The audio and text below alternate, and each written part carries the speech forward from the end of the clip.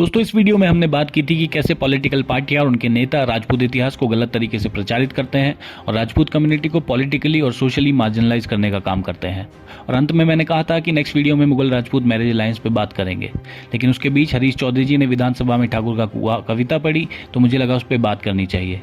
तो अगर आपने ये वीडियो नहीं देखा है तो लिंक मैं डिस्क्रिप्शन में दे दूंगा, तो आप ज़रूर देखिएगा। अंग्रेजों ने भारत पे राज करने के लिए डिवाइड एंड रूल की पॉलिसी को अपनाया और कम्युनल लाइंस पे और कास्ट लाइंस पे सोसाइटी को डिवाइड किया।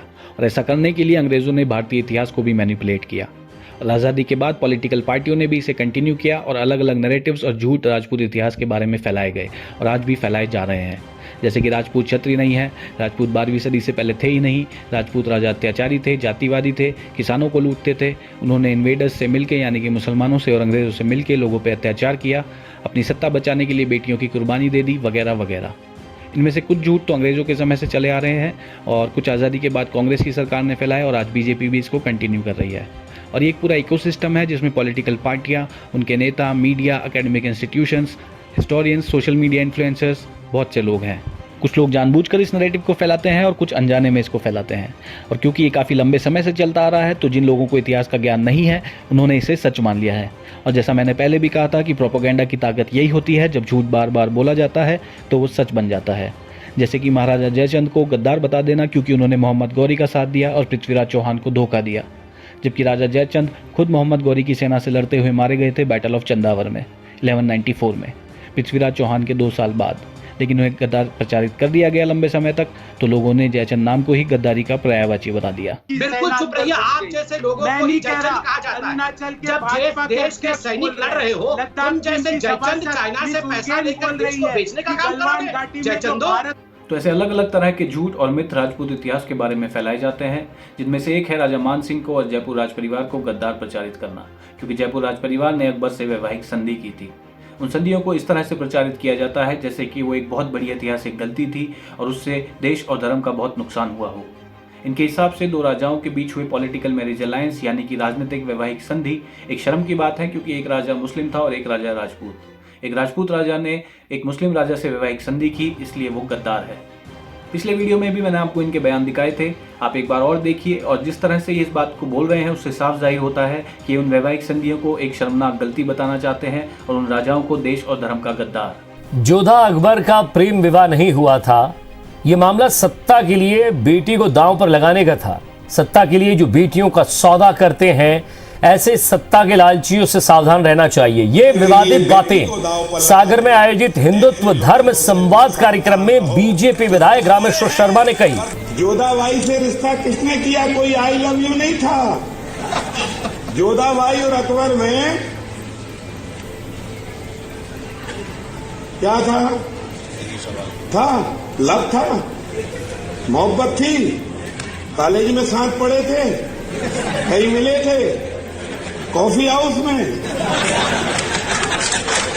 जिम में। जब लोग सत्ता के लोभी हो जाएं और सत्ता को चाहने के लिए बेटी को दांव पर लगा दे, ऐसे लुटेरों से भी सावधान रहो जो तुम्हारे हैं और धर्म को धोखा दे सकते हैं। जोधा अकबर के नाम पे राजपूत इतिहास को, राजपूत राजाओं को गालियां दी जाती है और उस इतिहास को मैनिपुलेट करके पॉलिटिशियंस अपने राजनीतिक एजेंडा के लिए इस्तेमाल करते हैं। इतिहास में अकबर की किसी भी पत्नी का नाम जोधाबाई नहीं था, यह एक हिस्टोरिकल डिस्टॉर्शन है। अकबर की वाइफ का नाम हीर कुंवरी या फिर हरकाबाई ज़रूर था, जिन्हें मरियम उज़ ज़मानी का टाइटल भी दिया गया था। तो कम से कम थोड़ा इतिहास किताबों से पढ़ लो। फिल्मी कहानियाँ इतिहास नहीं होती है और इतिहास को बिना पढ़े, बिना समझे, हिस्ट्री को मैनिपुलेट करके एक पॉलिटिकल हथियार बना के अपने एजेंडा के अनुसार इस्तेमाल किया जाता है और उन राजाओं को देश धर्म का गद्दार बोलकर राजपूत इतिहास को डाउन प्ले किया जाता है। 7वीं सेंचुरी में अरब मुस्लिम आर्मीज भारत में आना स्टार्ट हो गई थी और ये संधियाँ की गई 16वीं सेंचुरी में।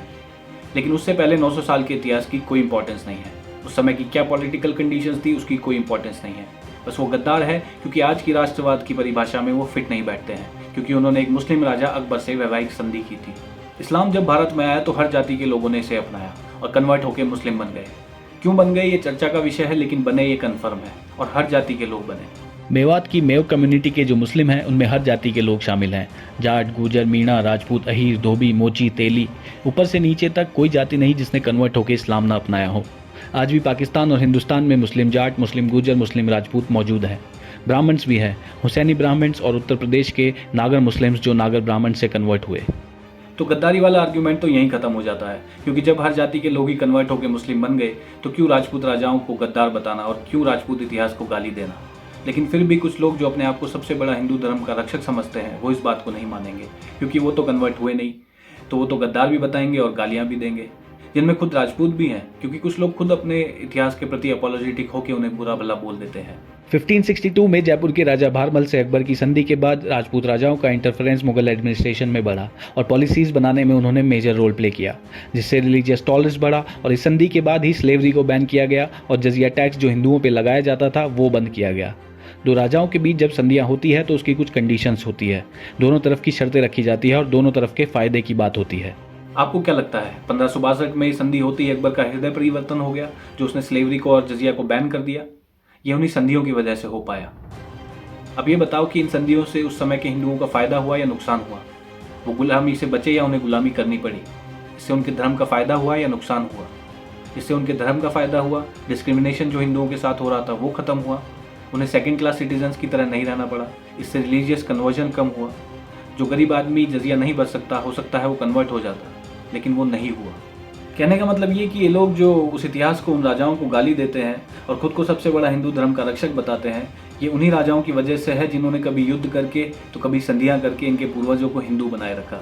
नहीं तो हो सकता है इनके पूर्वज भी कन्वर्ट हो गए होते और बंटवारे के वक्त पाकिस्तान चले गए होते और वहाँ बैठ के आज हिंदुस्तान को और हिंदुओं को गाली दे रहे होते, क्योंकि इन लोगों को सिर्फ यही आता है।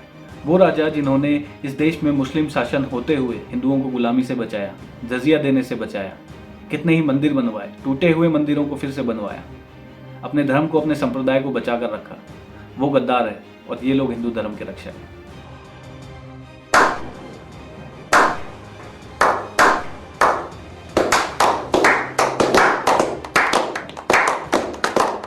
और ये इंटरनेट पे फेक आईडी बना के गाली देने वाले प्रॉब्लम नहीं है। इंटरनेट पे तो कोई भी किसी को कुछ भी बोल देता है, इनकी क्या औकात है। लेकिन प्रॉब्लम इससे बड़ी है, जिसके बारे में नेक्स्ट वीडियो में बात करेंगे।